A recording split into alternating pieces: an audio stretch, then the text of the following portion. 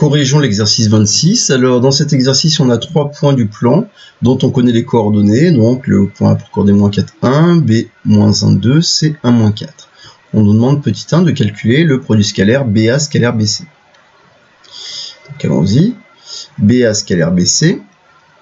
Alors, comment calculer le produit scalaire? On sait que c'est l'abscisse du vecteur BA fois l'abscisse du vecteur BC plus l'ordonnée du vecteur BA fois l'ordonnée du vecteur BC, d'après notre propriété du produit scalaire qui utilise les coordonnées des vecteurs. Mais on n'a pas ici les coordonnées de vecteurs, on a les coordonnées des points, donc l'abscisse du vecteur BA, rappelez-vous que c'est XA moins XB.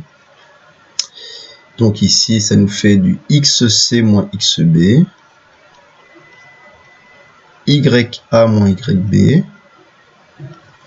et YC moins YB. Il n'y a plus qu'à remplacer. Donc XA moins XB, ça nous fait du moins 4 moins moins 1.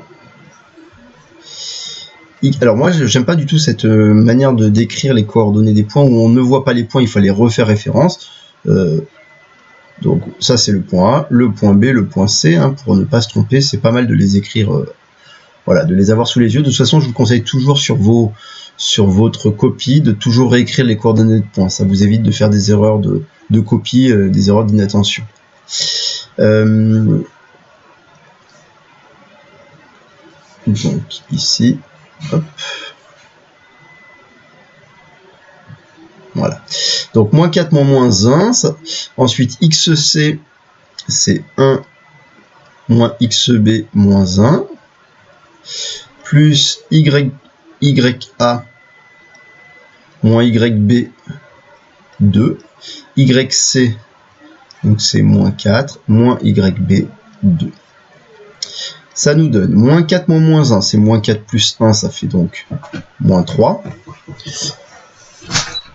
1 moins 1, c'est égal à 2. 1 moins 2, ça fait moins 1. Et moins 4 moins 2, ça fait moins 6. Donc on obtient du moins 6 plus 6, et on trouve que ça fait 0. Le produit scalaire de ces deux vecteurs est nul. Voilà.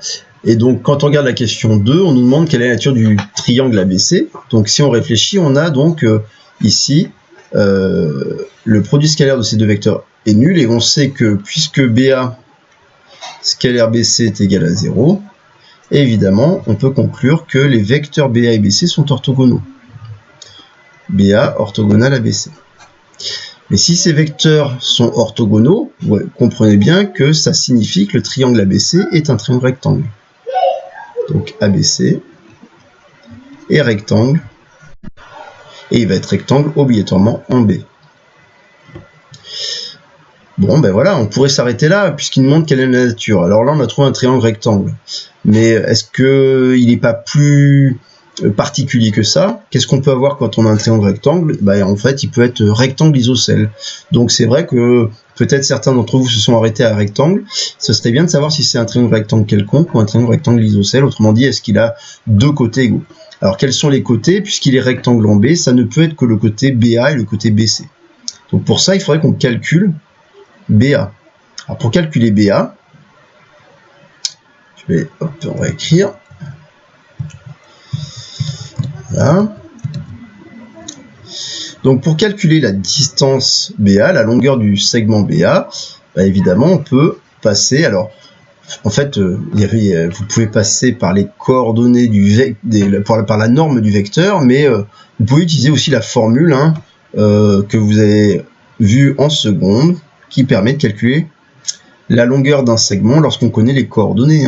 Donc la longueur, c'est, rappelez-vous, c'est xb moins xa au carré plus yb moins ya au carré. Puisque là, on n'a pas calculé de toute façon les coordonnées indépendamment, on peut réutiliser tout ça.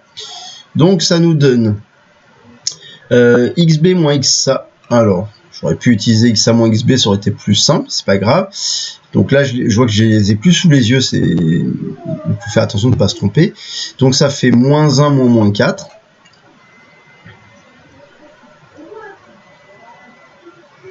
carré, et YB moins YA, donc YB moins YA, c'est 2 moins 1 au carré. Ce qui nous donne racine carrée. Donc moins 1 moins 4, ça fait moins 1 plus 4, 3. 3 au carré, ça fait 9. Et 2 moins 1, ça fait 1. Et donc on obtient racine carrée de 10, qui ne se simplifie pas. Ok. Calculons maintenant la longueur BC, de l'autre côté. Donc c'est racine carrée de XC moins XB au carré, plus YC moins YB au carré. Ça nous donne donc racine carrée.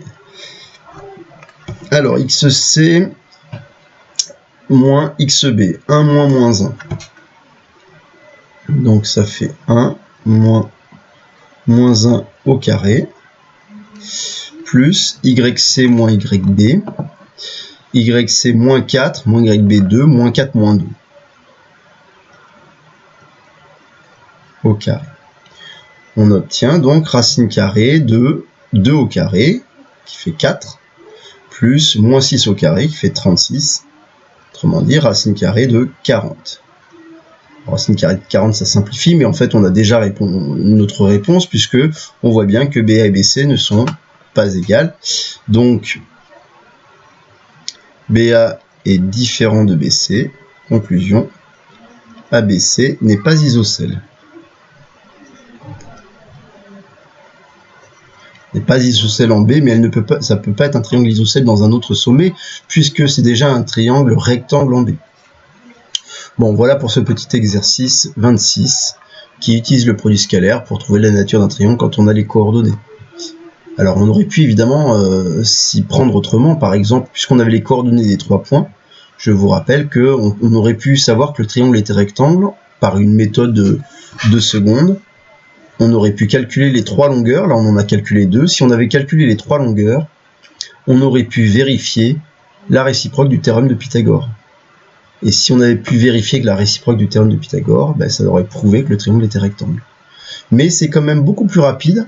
Je vous rappelle que là, montrer que le triangle est rectangle, c'est très rapide avec un produit scalaire. Plus rapide que d'utiliser la réciproque de Pythagore qui aurait nécessité de calculer 3 longueurs du triangle.